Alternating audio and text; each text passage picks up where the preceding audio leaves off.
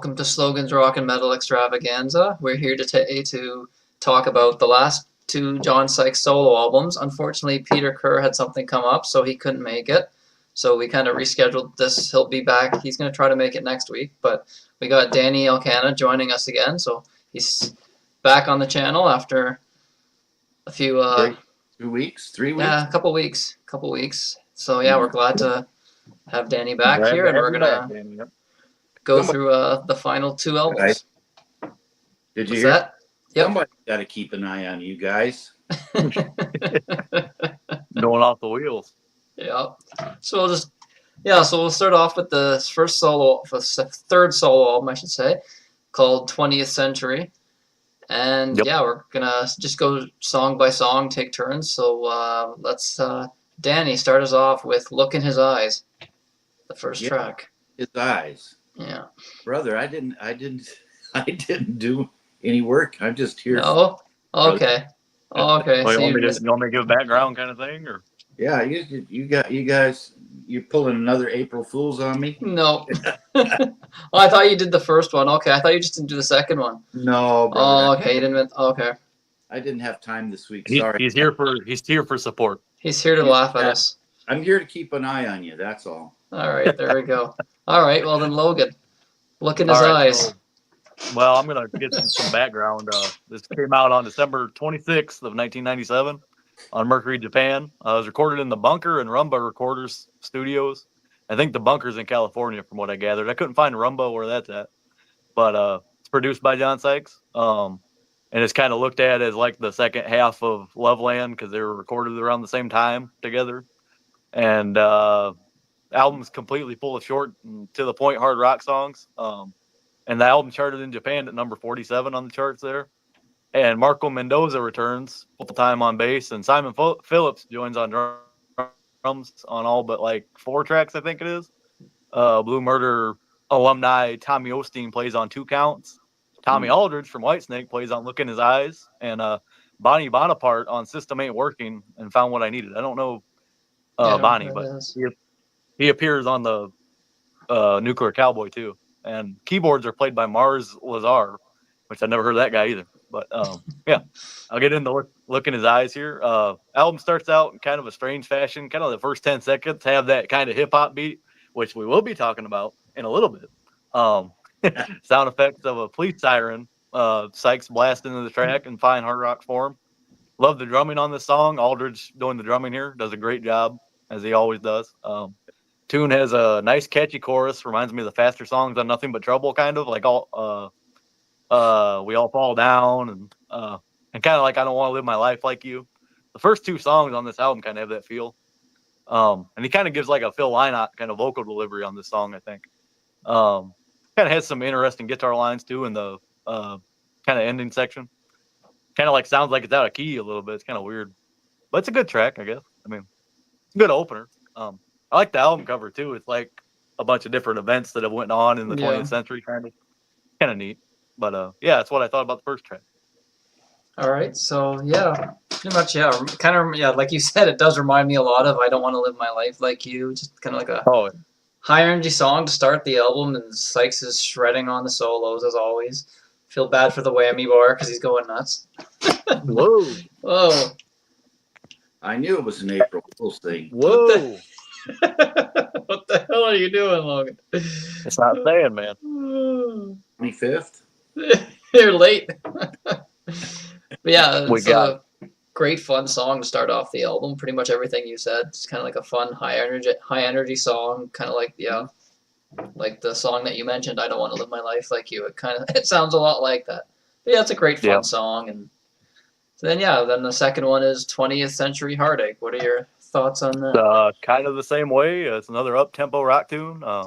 One similar in style to Look in His Eyes, like I said. Served as the album's kind of title track a little bit, even though it's 20th Century Heartache. But, it's got a hooky chorus. I like the backing vocals on the chorus. It's got a cool guitar line before the bridge, kind of introduces a new guitar line in this one. And then it's got a nice mellow section towards the 2-minute mark. Changes the pace of the song nicely, and then it goes back into the faster part. I wrote down it's a fast-paced breakup song. It's pretty cool. that fast pick guitar line from the start of the song returns at the end too. I like how it kind of bookends. But never. I'm always on the drug. Come on now. But yeah, so exactly, yeah. I agree with myself.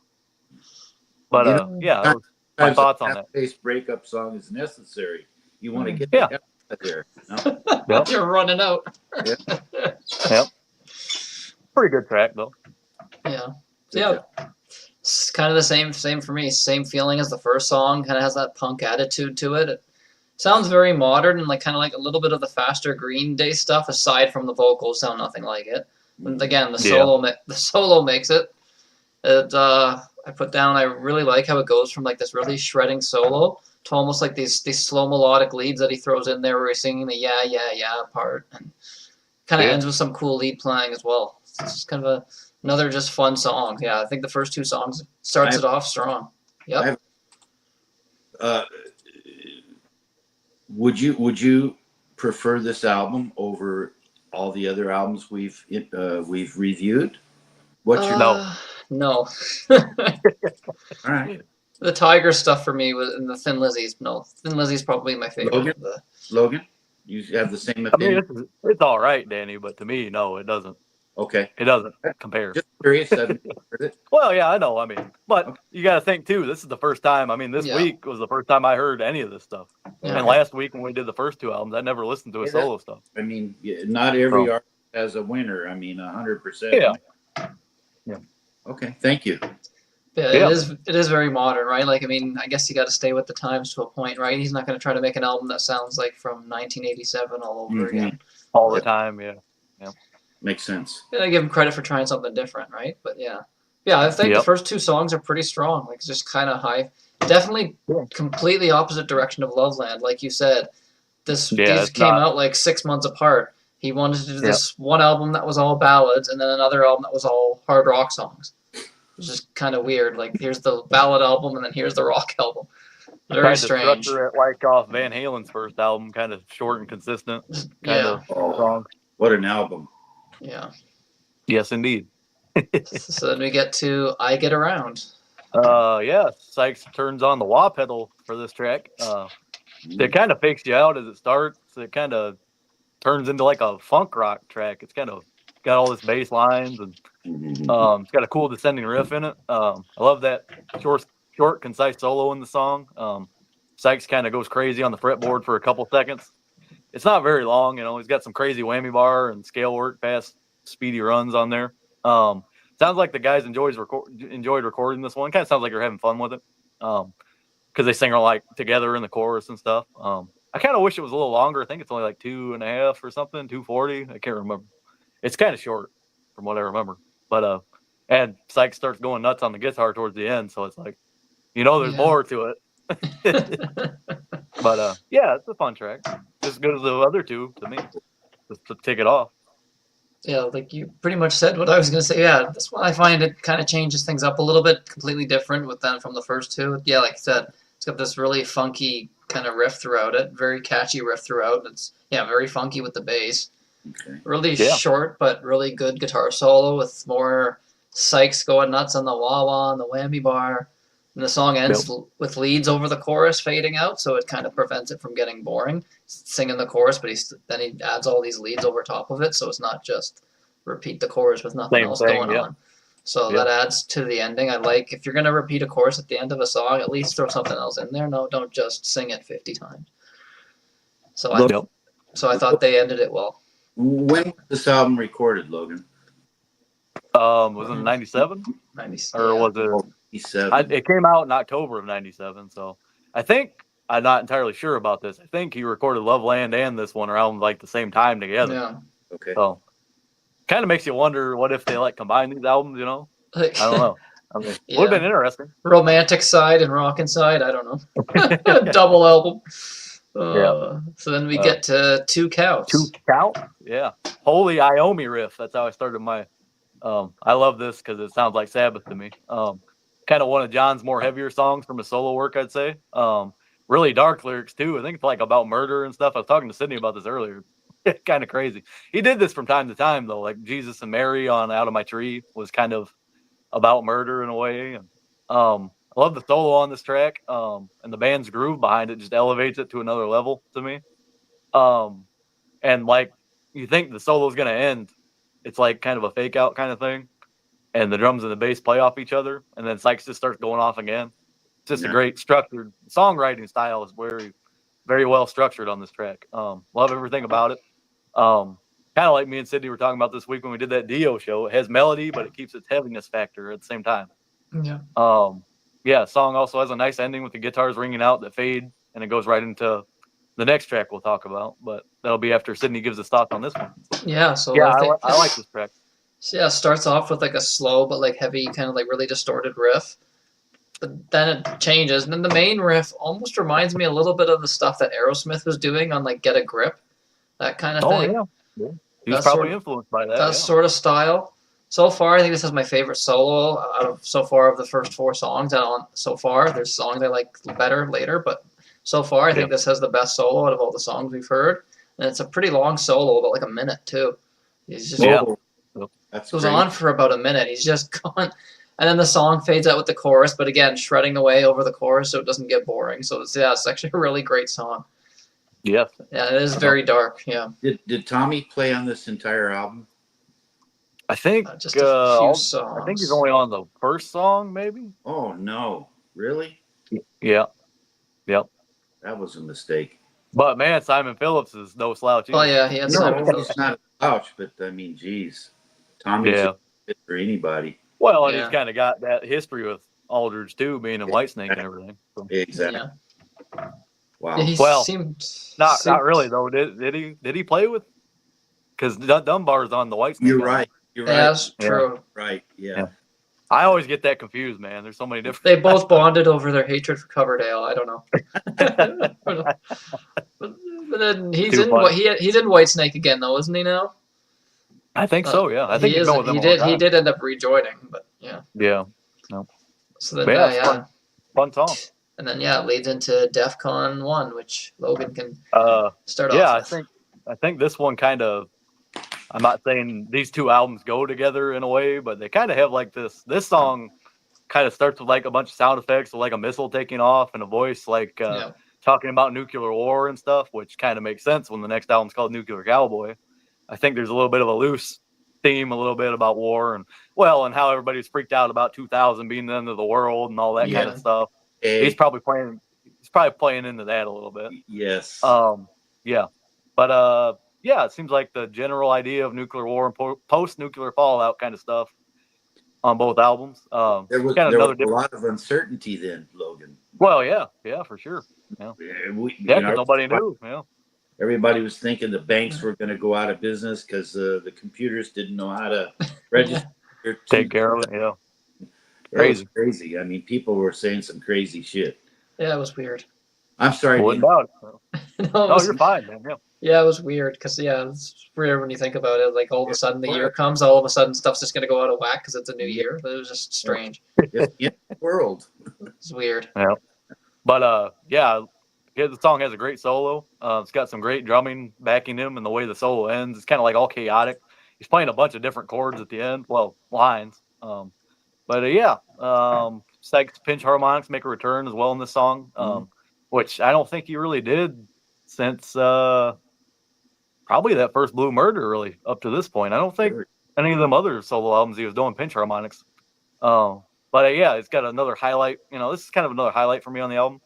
And it ends completely different than how it started. It's got like this funk thing going on the last 30 seconds that's like takes you right out of the song. It's like, whoa, where'd this come from? But and Sykes riffs over the top of that. So I think it's just unique, it's kind of unique songwriting. Yeah. Yeah, it's a good track. Nice. Yeah, I agree. It's actually my favorite song on the album. It's a good one, man. Yeah. DEFCON 1, the high energy in your face heavy metal song with John singing and playing up a storm. Like that's the thing that doesn't get mentioned. He's got such a good voice too for this kind of stuff. He's got a great voice, and he can play. Like absolutely. It's just a shame, like I said, we talked on our previous show about like why he didn't just start off as a singer guitar player. Yes. It kind of wasted a lot of years. It's like you think he would have. I know he had Phil Lynott and Thin Lizzy, but he played bass, so it's not like Phil would have been doing nothing if John did some singing. I think that's what I always wish would have happened. It would have been cool if they both or they could have traded off on vocals too. Like it would have been kind of neat. Yes. Yeah. Even on Thunder and Lightning. Yeah. Yeah. And then we get to at the end of the song, like you said, it ends with like this really funky bass and this guitar riff that just changes it up a lot, and it gives it like a really interesting ending because it's just like a really fast, heavy song, and then at the end, like this funk bass kicks in, and it's like, whoa, okay. But it's a cool ending. It's a really neat ending though. It gives it something, adds something different to the song. But it's a great song. I think I'd say it would probably be my favorite. I mean, like I said, I've only listened to it a few times, but from what I've heard, I think I enjoyed that song the most. Mm-hmm. So, and then the next one is System Ain't Working. All right. So this one starts with like a choir vocal before Sykes does his classic guitar rev up. He actually does it on this track. And it's got like this motorbike sound effect in the background too. Cuts right into the song. Another up-tempo rocker that I get a very Thin Lizzy kind of feel from this song too. I could see this being a Thin Lizzy tune. Really like the bridge section. Kind of has a bunch of layered Sykes vocals all over the left and right channels. I listened to this on headphones, of course, but kind of switches place with the chorus line a couple times. It's a pretty cool track. I didn't have much more to say about it. It's not the best track in the world, but it's good for what it is. So yeah. Yeah, System sounds like our government. Yeah. That's all governments. We won't go there. Yep. We got it's kind of to me it goes back to the kind of the sound of the first two songs, right? Still a fun listen. Like I said, not much to say, but like another fast song with great soloing and singing. Kind of, I think it should have probably been big at the time, like in 2000, because bands like Green Day were kind of doing this. But this blows Green Day away, though. Like it's just the energy of Green Day is there, but the music is heavier, and there's solos to break up the repetition of the power chords and stuff. But it's still a great song though, and I don't know. This album should have fared well because it's actually not that bad, and it's some of the songs have a kind of style that should have done well in 2000. But it's just it got lost. I mean, problem is he's older, I guess, at this time, right? And unfortunately, all the young people want to hear bands that are their age. Well, and so, I mean, to be honest with you guys, I mean, Sykes was never. I mean, unless you're a hard rock guy, he never really was a household name. True, he never made himself like everyone in the business would know who he is. But because the songs have been old since I was a kid. Or the Who. Yeah, a lot of music. Yes, a lot of music got lost in 2000. For sure, yeah. So I don't think people were listening to music in 2000. They were busy trying to cope with Y2K. They're stocking up on goods. No one was stocking up on CDs in Y2K. Then we get to The Way You Kiss Me, which is a very misleading title. So we'll get to that. Yeah. It's not a slow ballad or something that you would probably think, or a Loveland demo. It's kind of like an upbeat party rocker. I think it wouldn't have been out of place on a Whitesnake album. Sounds like something kind of in that style to me. Gives a great riff in this one with some nice bass work from Mendoza. Kind of stands out. I think this is the one song where Marco really kind of shows off for me a little bit. Catchy chorus. I like the chorus line. Could have been a single, I think, from the album if they were doing singles from this. I know they probably didn't even promote this, but it goes without saying, a great Sykes solo. Love his use of dynamic range in the solo, like we talked about a bunch of times. He's got these palm muted lines that just explode into this barrage of notes that ends with some pitch harmonics. Just great stuff, man. But I think it's a fun track. So that's what I had to say about that one. I saw the title of this before hearing it. I'm like, it's gonna be a wimpy ballad. The Way You Kiss Me. Here we go. But then no, it surprised me. It's just a solid mid-tempo. Like we're saying, thinking the same thing. Saying mid-tempo party song with another great solo. It's got a very catchy chorus that sticks in your head. It gets a little bit repetitive at the end because there's no lead work at the end with the chorus and the fade out. So that's where it gets a little bit repetitive because he said the chorus and there's nothing else. There's nothing else on top of it. But it's still a good song, and it's just Let's just say I wasn't disappointed. I was a little bit disappointed when I saw the title and was judging it based off the title alone and thinking it's gonna be. You hear The Way You Kiss Me, you're thinking, what's this gonna be? But no, it's weird because it's a fun up-tempo party song. It's very strange with a title like that. So, and then the next one is Found What I Needed. All right, so this one kicks off with a cool guitar riff. It's got some additional percussion too. It's like it's got that thing that the Stones used on "Give Me Shelter." I don't know what the hell that thing's called. That little scratcher, like shaker thing. You guys know what I'm talking about? Is that like yeah. I can't make the noise. It's a vibro slap. Yeah, Vibro slap. Okay. Yep. Thanks, Danny. Yep. Yep. It makes that kind of noise. Yep. Yep. Got some fretless bass work too, which kind of harkens back to Blue Murder a little bit. And I wrote down. I always say this when we do the listening parties. This is the obligatory cowbell tune of the album. Plenty of cowbell to be had on this song. Got a catchy chorus line. I love the guitar line beneath the chords. Really shifting a lot, not just sticking to one chord. Who Let the Dogs Out? John should have covered that. Oh God, yeah. Oh God, can you imagine? But yeah, I think this might be the most mid-tempo track on the album, but it works in that slower kind of blues type feel. Got some more fretless bass work in the bridge section before the cool solo from Sykes. Yeah, I just wrote down it's another cool, catchy song. Probably staying in his lane lyrically on this one. Probably more like a relationship, love kind of ballad kind of thing. Well, not ballad, but type lyric, I guess. Yeah. Yeah. Yeah, like you said, it's another mid-tempo rock song with a very catchy verse and a really catchy chorus. I think his singing stands out the best on this song. He's just got a great voice, underrated as a singer. Everyone talks about his guitar playing, but no one mentions his singing. Like, it's got a cool short fade out with that descending riff and some lead work. It's just it's another fun song. I did like that one. It's just I think his vocals stand out the most on this though. Of all the songs, his singing on this is really good. I mean, it's good on everything, but it's really good singing on this song. Could probably say he improved more and more with each album, really. Yeah, vocally. It's like he must have been. I don't know if he got vocal training or anything, but he was working on his vocals. It sounds like to me because it seems like he got better. But yeah, and then next is Cautionary Warning. All right, so it's got some Paul muted guitar work. Kicks this one off. It's got some gang vocals. Come in. One has a ascending guitar riff, moving up with Sykes' vocal. They kind of go hand in hand together. It's like he's kind of playing the lines and he's singing the lines at the same time. Kind of got a nice solo section too on this one with the bass and the drums playing some different rhythms. I was gonna write down what it was because I can't remember who's playing drums. I think it's Simon Phillips on this one. Kind of has that fusion kind of feel to it in the drumming because he's doing a lot of odd meter stuff behind Sykes' 4 on the floor kind of thing. 4/4 kind of groove. But it's got some nice lead playing there. Overall, as a song, I don't think it's one of my favorites though. It's not bad, but it's not too special to me really. But yeah, it's a fine track. So yeah, that's what I had to say about that one. Yeah, I didn't have much. What's that? I said that's all I'm going to say about that. Pretty much. Yeah. But I do love that. If they did more of that, kind of switching off, Simon Phillips playing stuff and then Sykes playing stuff on this album, I think it'd be even cooler. Because that's pretty cool musically. The song is. I'll give them that.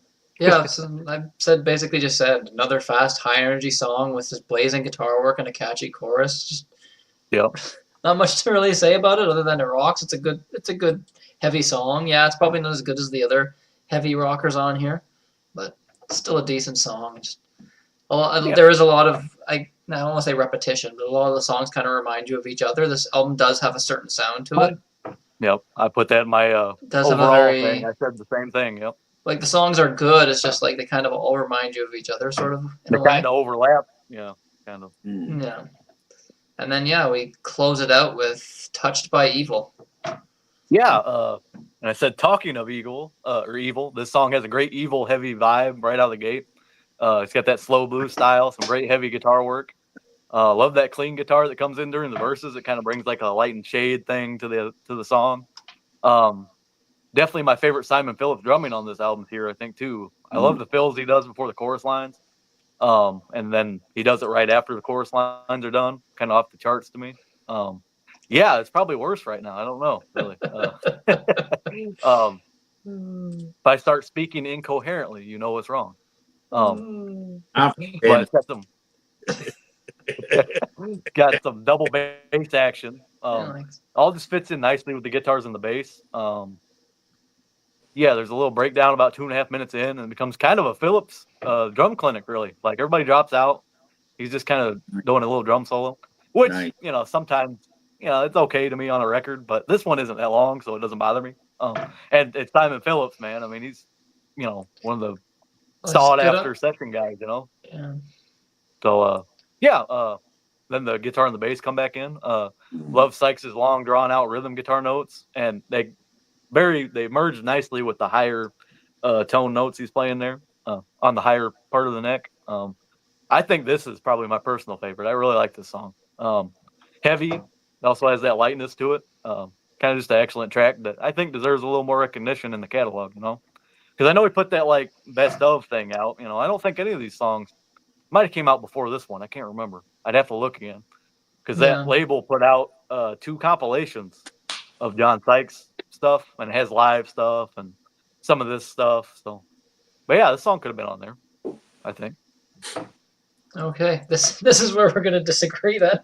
Oh boy, yeah. This was the only song I wasn't crazy about, actually. Is that, like I said, that one part where there's like 30 seconds of just drums and like wind noise almost? I don't know. Well, it didn't bother you on that Nothing But Trouble? Come on now. What the heck? With the chants, I don't know, like for whatever reason, just with the wind noise, and it does go into a solo after, but it's very short, and then goes back to like the verses again, and the verses don't really do it for me. I don't know. I find it drags on a lot. I just kind of wish the album didn't end with this song, but one I wasn't crazy about. But I don't know. That's not a very long album, really. 38 minutes. Yeah, it's actually It's actually quite short. Yeah, especially for something that came out at this time. Like, albums at this time were like 50 minutes to an hour, and it's I'm looking at them. I'm looking at them compilations. It don't look like that song made it. So looks like DEFCON 1 made it though. So Sydney's obviously right. There you go. What would you even do for a best of with Jones? Like, they probably just picked random stuff, right? Like, I don't know. That's what it looks like. Was it an official release by him, or was it just like a label? No, the label just put it. Yeah. Okay. Well, yeah. But I think overall it's a strong album. Like, if I were to rate it, I don't know. I'd probably give it like a solid 7.5 to an 8, maybe in between there. Pretty good. That's not bad at all. I'm giving it a 7. So what are you giving it? I went with 7. 7. Oh, someone likes it. The album is giving the Blue Murder stuff a run for its money. If it was longer, it would be a 10, so 9.9. Okay. Oh, George, calm down. George. Yeah, my dad's getting excited. Jeez. But yeah, I said the same exact thing you said a couple songs ago. The same complaints I made about Loveland, because I said the same thing when we did that show. Some of the songs kind of sound too similar, but the heavy highlights I really like. So yeah, I give it a 7. Yeah. But it's a fun listen. Yeah, it's fun. Like, it's not like you put it on and be like, oh, what the hell was that? I don't want to. Yeah. However, not to make this negative, because this is supposed to be segue. Supposed to be a Sykes tribute show, and now it's just, I don't know. This last album, I couldn't write. I struggled. I listened to it a few times. I'm like, I don't even know what to write about any of this. Like, I got through it twice, didn't you? You got notes for every song? Yes, I do. Oh, we'll let you handle that. But yeah, for me, I put One Way System was probably the best song on the album. For me, anyways. Yeah, and that harkens back to System Ain't Working, don't it? It's the that code that Sydney hated it. Yeah. Yeah. Hate's a strong word. Very dislike. We'll go with that. Yeah. It's just not for me. The second, it's not Nuclear Cowboy. I just could not. Like, I feel like there's good songs in here. Like, you'll start off with it's just a good rock song, and then in comes these drum loops, and he's adding like hip hop drum beats, and some parts he's kind of even rapping, and then it goes back to being a good rock song again. But you're like, okay, well, you could have just kept it a rock song. He was trying to really have hits, I guess, in the year 2000. Fit in with the time too much. Fit in with timing with the whole rap, rock, metal thing, and I mean, it's not as extreme as stuff like the Limp Bizkit. It's not Limp Bizkit. It's nowhere in that direction. But there's parts of it that can kind of remind you of that sort of thing, where he's doing these drum. Indeed, and we'll hear about that in a second. And Carmine Appice that was on the album, so it was like, but what's he actually playing? Because there's like these drum loops. there's real I said drumming. the exact same thing. Yeah. There's real drumming going throughout the song, and then it stops, and there's these weird drum like hip hop beats. You can tell that they're not real. It's just really the strangest thing. I just I just thought he was just trying to jump on, I guess, the bandwagon of what was popular at the time. But the one song that stood out for me was One Way System, because that's just a straightforward rock song. Don't think there was any of that like hip hop stuff thrown in there. It could have been on this album or on his other solo albums, right? But the rest of it, I just struggle to write any notes for because it's just so out of my wheelhouse. It's not something I would ever listen to. Like, it's just, he went kind of rap metal almost. Not even really metal, but like, I don't know. It's that he did. I mean, hard to describe it. Like, it's, that's your prerogative. You don't have to. No, I wouldn't call it straight up hip hop music at all, but there's just elements of it, and I'm just like, what? Like, where's probably too much elements of it? Yeah. How many albums we did by Sykes that we did like? Oh, yeah, that's true. I mean, there's a lot more than we didn't like. Yeah, that's true. It's just a shame that this is his last one, and then this came out in 2000, and then nothing for 25 more years. He just recorded nothing after this. It's the strangest thing. Yeah. I think he did a couple songs, but nothing. Yeah. Yeah. But even said, this album actually, technically, just because I think it should have done well, because this kind of stuff is huge. But I guess because it's, I don't know, maybe because it's John Sykes, I don't know. It's not some young, up-and-coming musician. No one really, I don't know. It's just strange. Because it does fit with the time, so why did a band like Limp Bizkit become huge with this kind of music, and John Sykes tried to dip his toe in it and it bombed? Like, it's kind of strange. I guess because it's him. I mean, the people that are fans of Sykes are not going to like this, for the most part, I don't think. But, well, I give him a lot of credit for it. Yeah. Would be considered just strictly business. Yeah. You got a guy that sold, a few 100,000 albums here and a 50,000 there and 25 here and maybe 100 over there. Yeah. And why not invest the money on somebody new and roll the dice to hope that they're going to sell 5 or million or a couple million albums instead of somebody that has a 20-year track record where they're selling just to a kind of like a cult following. Yeah. That's really what he had, really. Yeah. Yeah, that's what my mind says. Yeah. I mean, I'm sure his stuff was far and superior to, even though I haven't heard it, to Limp Bizkit. But oh well, yeah, it blows Limp Bizkit out of the water. But I mean, I think that's your answer. Yeah. Well, like I said, there's still great solos. There's good guitar playing throughout it, but the songs themselves, it's like, okay, it's a good song. Then in comes these like drum beats and hip hop loops, and it's like, what the? There's a song where he's completely just rapping the entire time, and I'm like, what's going on here? Yep. Yeah. Say about it, Logan. Did you? I said, yeah, One Way System is the highlight for me, and Logan broke down everything. So yeah, I'll get into it. I want to give a shout out to my mom here. All right, Mrs. Collins, help me out with this. All right. What? Yeah. Made her listen to this album like an hour ago. So, oh boy, she wrote the notes for you. Yeah, well, you're gonna read off her notes. I got a little bit of something from her and a little bit of something from me. So we're gonna make this work. All right. All right. I was reading about it here while you were talking. It says Sykes attempted to get a European release for his solo albums after this album came out, and I guess it didn't happen. But he got a deal in 2003, which made the solo catalog available in the U.S. for the first time. So none of this stuff came out in the 90s. Your mom's doing your homework. Yeah. Yeah. You got to write the notes down for me. But that's just kind of weird. I kind of figured because they're all in Mercury Japan, but it's just kind of weird none of these albums came out in the States at the time. We'll get into it. It's his 4th album on Mercury Japan. It was released on October 27th of 2000. And he's got like everybody who's been on the other 3 solo albums, and some of the Blue Murder guys are on this album. Carmine, like Sydney said, Marco's on it. Tommy Osteen, Bonnie Bonaparte that I was talking about earlier, Kurt Biscara, he was on Loveland, and Alex Alessandroni, and I can't remember how to say that other guy's name, Jamie Muhobarek. Sure. Sorry, Jamie. I'm from the South. Give me some credit. So we'll start out here. I just put intro and We Will together because intro isn't anything. I mean, yeah, they literally called it intro, right? That's it just consists of a lot of sound effects before going into this industrial hip hop type beat that goes throughout the majority of the album, like Sydney said. And John, I noticed this. He mentions "Toughest Street in Town" by Thin Lizzy in the lyrics. I thought that was kind of, I know that's probably what he's getting at. Guitars sound pretty heavy on the track. Chorus is all right. But like a lot of this album, the drums still kind of kill it. And I said this, like to your point, he has this many drummers credited on the album. It's just so strange to me. He uses drum machines on this. He has to be. I feel like his drum machine on this song, especially, just the whole way through. It sounds like. I like certain sections of the songs. You'll notice when we get into this, the breakdown into the solo section. I think it's pretty cool. And the blend of the vocal melodies at the end of the track. It's a nice touch, I think.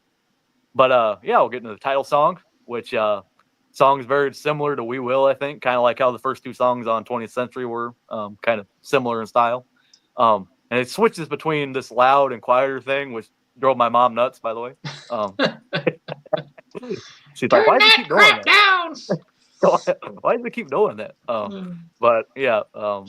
I think it's like we were saying, it's very of its time. And I said, called them out, has a Limp Bizkit sound to it in the chorus. I like the bridge section that goes into the solo. Sykes really makes some crazy noises on the solo, kind of like one of the songs on 20th Century. Kind of does the same thing. It's like not really scale work. He's just kind of like playing stuff to play stuff. It's just kind of there, I guess. Not very melodic. And he says the F-bomb in this song, trying to fit in with the kids, I guess. That rebel, I tell you. This deserved a parental advisory sticker if it would have came out in the States. But yeah, it's all right track. I got a question. Okay, yeah, Dan. What were you're talking about drum loops or drum machine? Yep. Was the sound halfway decent, or was it just? Well, I think it's hard to describe. It's recorded well. There's nothing wrong with the recording. It's just I don't know. You have to like that kind of stuff. You really have to be into that kind of thing. It very much sounds like it was. I don't like using the dated word because to me, if something was recorded at a certain time period, it's gonna sound like that. Yeah. But this one to me, like with 20th Century, the difference between this and that to me is like 20th Century. Yeah, he was making shorter, concise rock songs. But it's real drums, right? And it's rock album. It's not. Yeah. I mean, this one kind of seems like he's just kind of going off and getting all these guys to play on what he wants them to play on. Maybe not even all the track through. You know what I mean? Yeah. This doesn't feel like a band unit anymore. I'm thinking they probably played all the way through, and he just put his loops in wherever he wanted them. Yeah, well, maybe so. Yeah. So maybe there's a demo version of this album out there with actual drums all the way through it. Yeah, that'd be pretty cool to hear. Getting the next track, Archangel. It has like a cool verse section, kind of has that start riff on it. Got an ascending guitar section in the pre-chorus. I like the chorus. Some of the choruses on these songs aren't that bad. And I think Sykes actually brings some of his like signature playing on this track, as opposed to the first two tracks. He doesn't really do much of like what you come to know as John Sykes' signature sound. Sounds like real drums on this track to me as well. It's got a great heavy riff towards the end of the song. Very end of the song is very drum and bass heavy. And Sykes plays some nice high notes behind the band. Kind of goes on too long though. He's kind of like using he's big time whammy bar abuser in this song. The last minute and 20 seconds or so, he's just like going higher and higher on it. It's like he could have cut some of that, John. Going to Nothing Means Nothing next. One starts with more hip hop drums, heavy chugging guitar for the verse section. Band sings along with Sykes on the chorus section. I like the solo, really like the solo in the song. But overall, another okay tune to me. The chorus is nice for what it is, I think. And like I just said, I feel like some of these songs could have been cut down a little in length. And Sykes does deliver another cool lead break towards the end. So what I would have done, kind of move some of the stuff around and maybe make it shorter, keep that lead break at the end, But yeah, nobody asked me in 2000. Nobody was asking me anything in 2000. you weren't even born yet. But yeah, so that's about halfway through it. We'll get to Talking About Love, which yeah, this one sounds like what you would think the title would make it sound like. It's got some atmospheric keyboards at the start. Sounds like a backwards voice comes in too. The band kicks in. It's got a nice, cool intro riff to start off, much like Nuclear Cowboy. Switches between the quiet and loud sections often. Sounds like the keyboards have an effect on them, kind of mimicking a string section. Because I thought it was actual strings, and I looked, I couldn't find any credit for arrangements or. Oh my! Them together is the deadly duo you don't want to mess with. But yeah, I like the drumming on this track. Some nice drum fills in the song. It's one of the better tunes on the album to me. Sykes really sounds like he's putting his all on the vocal on this track. But the one bad thing about this, and as many 2000s and late 90s songs, there's no solo. There's no guitar solo on the song. So, which he could have done one of his like nice melodic leads kind of on this track, I think. Which he saves, which for I Wish It Would Rain, which when we get there, he does a couple solos on that song. And we get Sydney's favorite, One Way System, which is one of the more energetic tracks. I see why he likes it. I mean, this I wrote down, I think, yeah, great fast solo that I missed from the album. And I could have seen this song being an outtake from 20th Century. It sounds like something that could have been, I think you said the exact same thing. It's got some nice double bass drumming on it, and guitars and bass bring some great energy to the song. But yeah, it's a good track. I really like it. Yeah, that probably is one of my favorites too on here. And I just threw the interlude, All Good People and Degraded together because again, that interlude is 25 seconds of him like talking about heaven or something. It's like when I saw that, I thought, is this going to be like a Yes cover or something? I'm like, it's going to be a cover of All Good People, and then I'm like, okay, no, it's not. You got the wrong voice for that. I would have been like, oh what? man, yeah. Imagine. Oh my god. But yeah, Degraded starts up with a heavy down-tuned guitar riff. Song has an interesting break in the middle. It's like a mid-eastern kind of sounding guitar line. Kind of strange before going into the chorus riff again. But yes, I said this is pretty bad. Rest in peace to Sykes, but this one is pretty forgettable to me. Okay. Yep. And then we get into Sick, which yeah. Oh boy.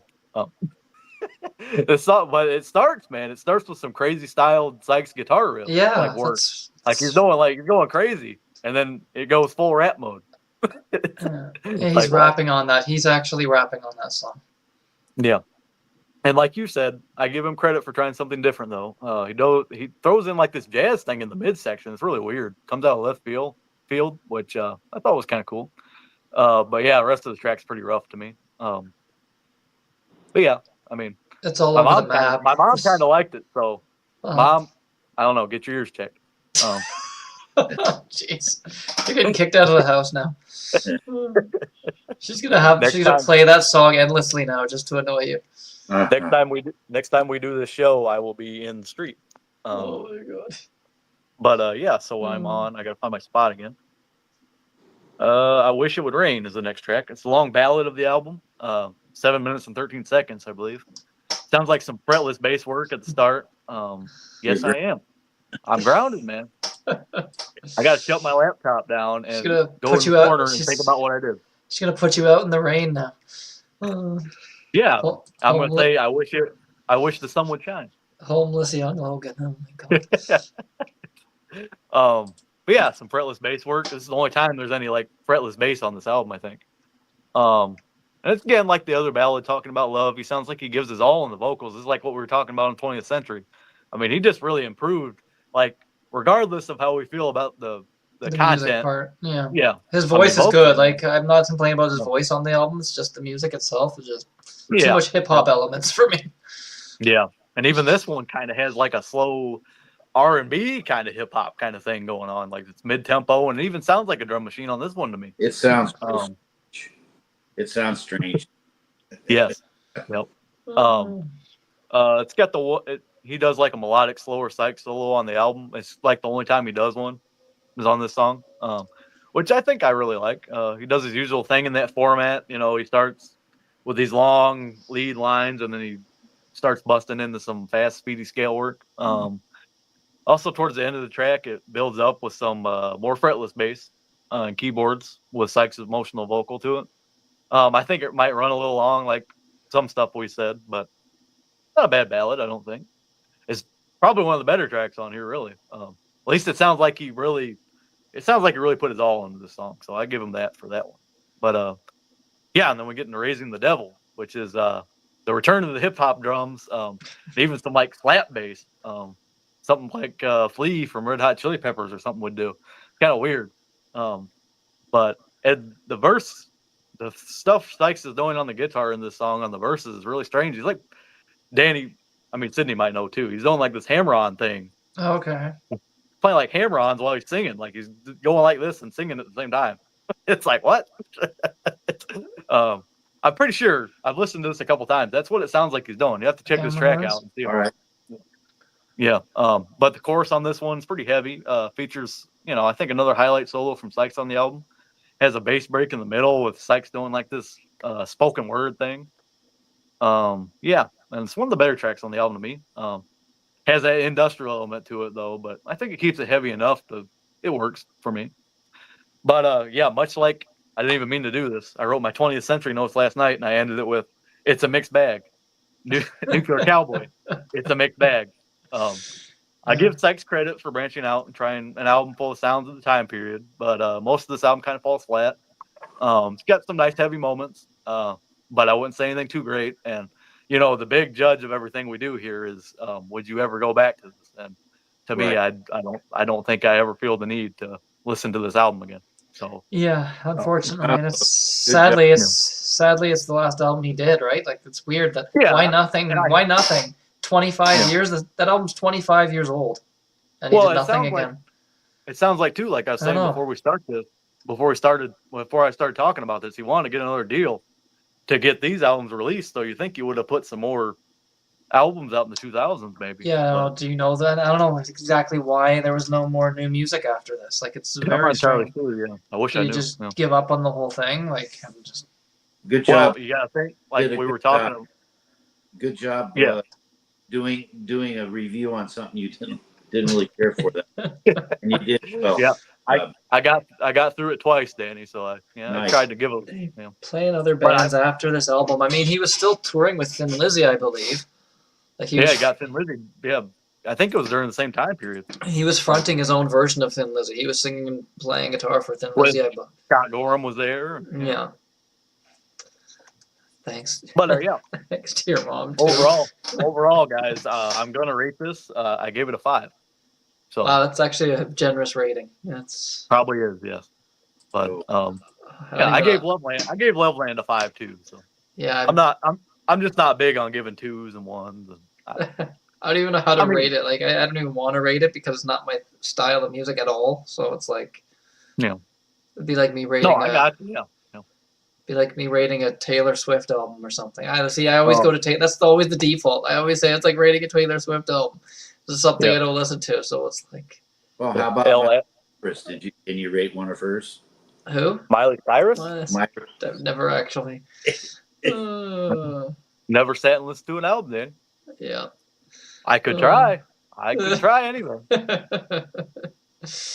Yeah, I don't know. I don't know. If I were to rate it, I don't know, man. This is hard. It's like probably a 1 or a 2 if I'm being honest. Like it's just which is understandable, man. Yeah, not something. Well, like I said, if you're into like the Limp Bizkit or this kind of stuff, where you mix hip hop with like kind of like not heavy metal but hard rock, I guess you could call it. Yeah. There is some heavy stuff, but like his soloing is fine. There's nothing wrong with it, but yeah, they don't even know what to credit it on Wikipedia. It's like industrial / new metal / hard rock. Well, Danny got so upset about hearing about this, he left. You know what he did? He heard my review. He heard my review and he's like, "Oh man, I gotta go listen to this." I think he'll be back. Yeah, it's all right, man.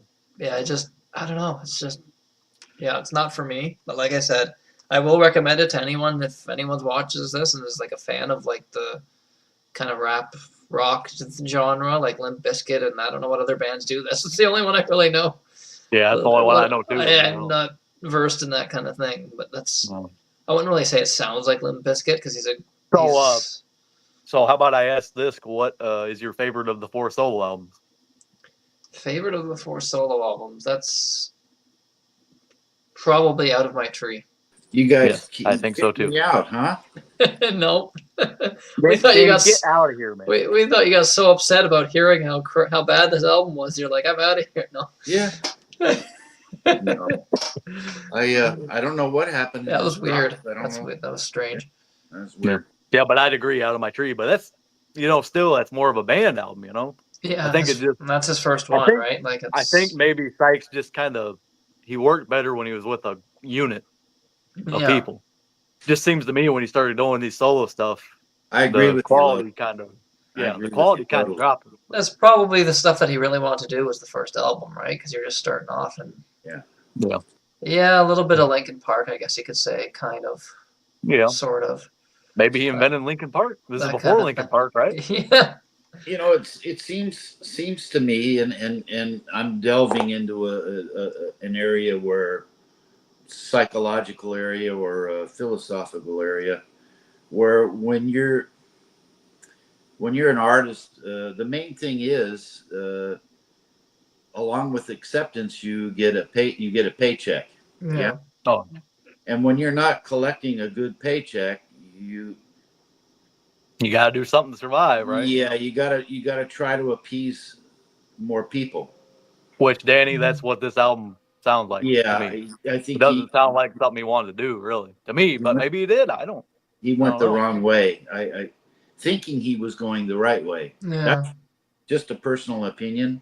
It's just a shame because it was just like detrimental to his career because he didn't do anything after this. Yeah, and it's the same way with Blue Murder because when the first Blue Murder album did nothing, it really hurt him, man.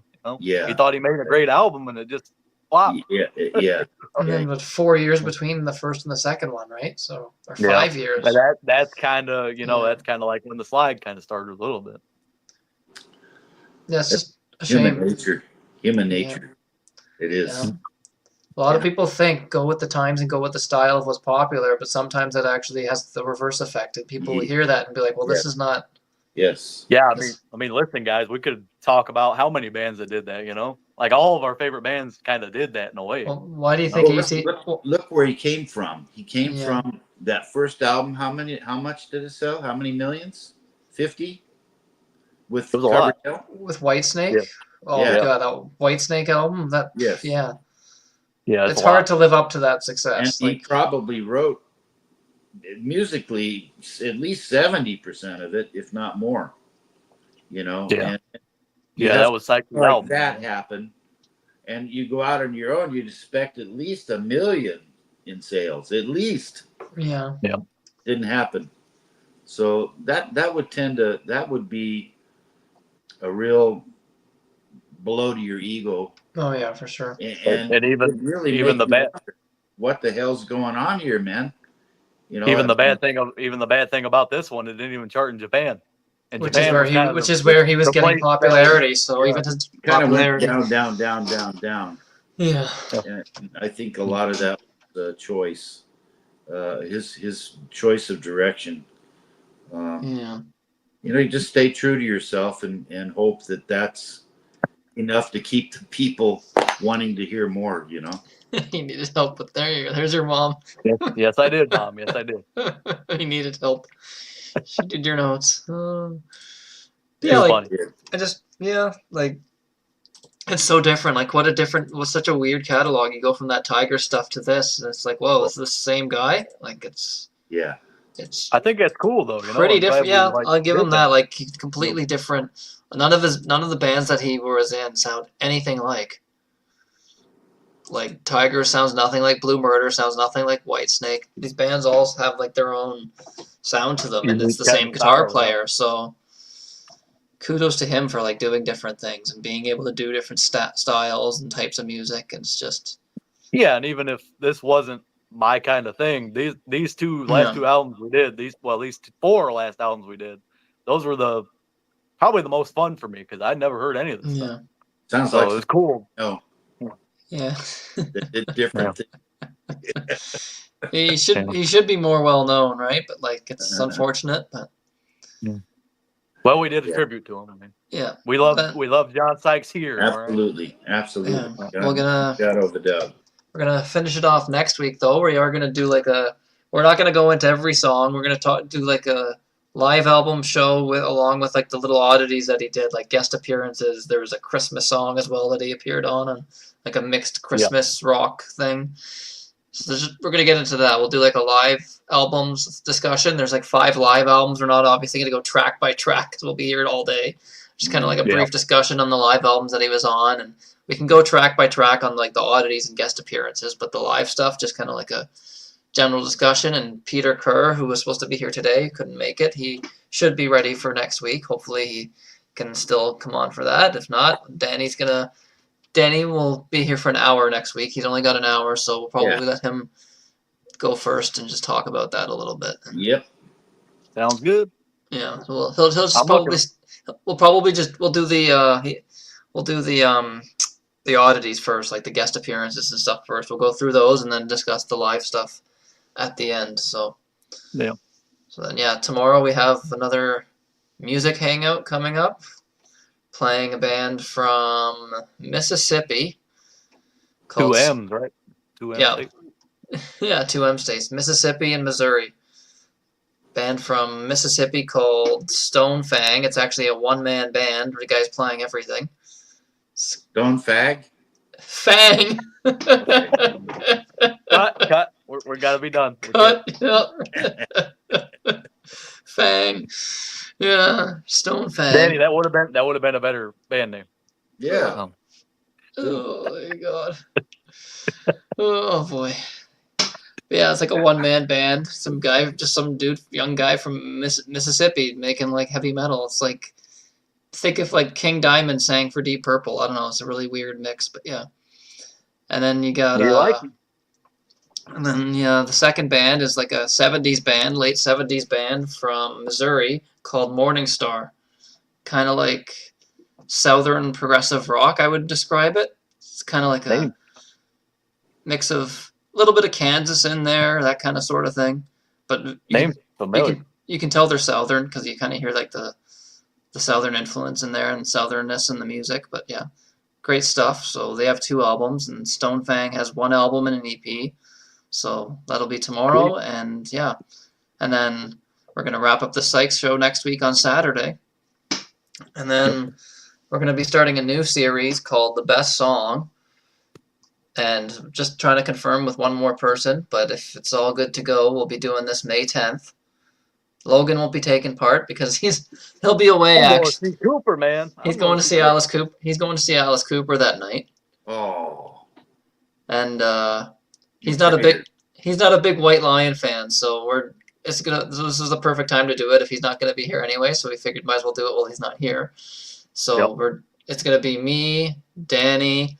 If this goes, we're gonna do it anyways. If it's not on the 10th, that's what we're aiming for. But that's the date we're aiming for. But it'll be me, Danny, Ches Cetra, Mike Ladano, and Logan Huma, Joseph Sudo, who we've had on the show before. So Logan doesn't like Vito?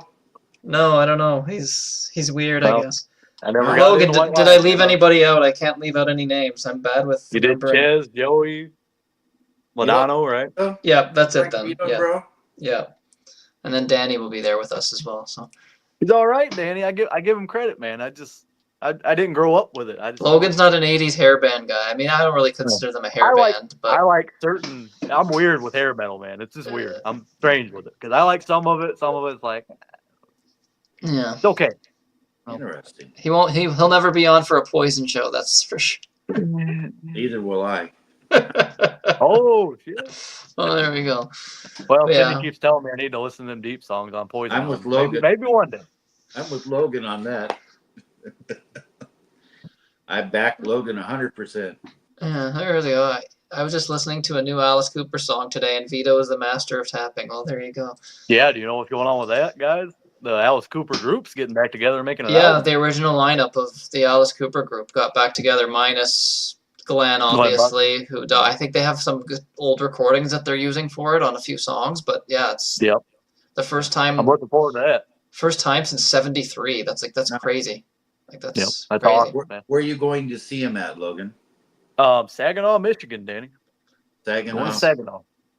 Okay. Nice.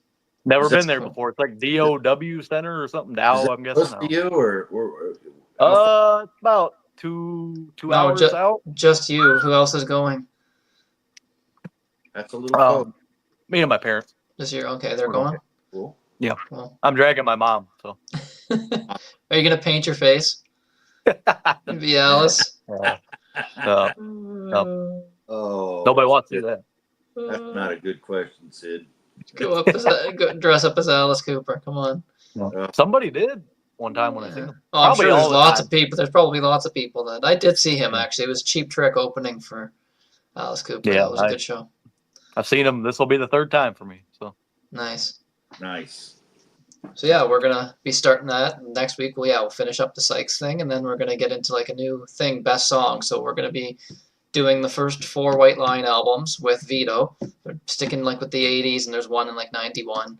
But we're gonna be sticking with that, and we're gonna be picking our favorite song from every album.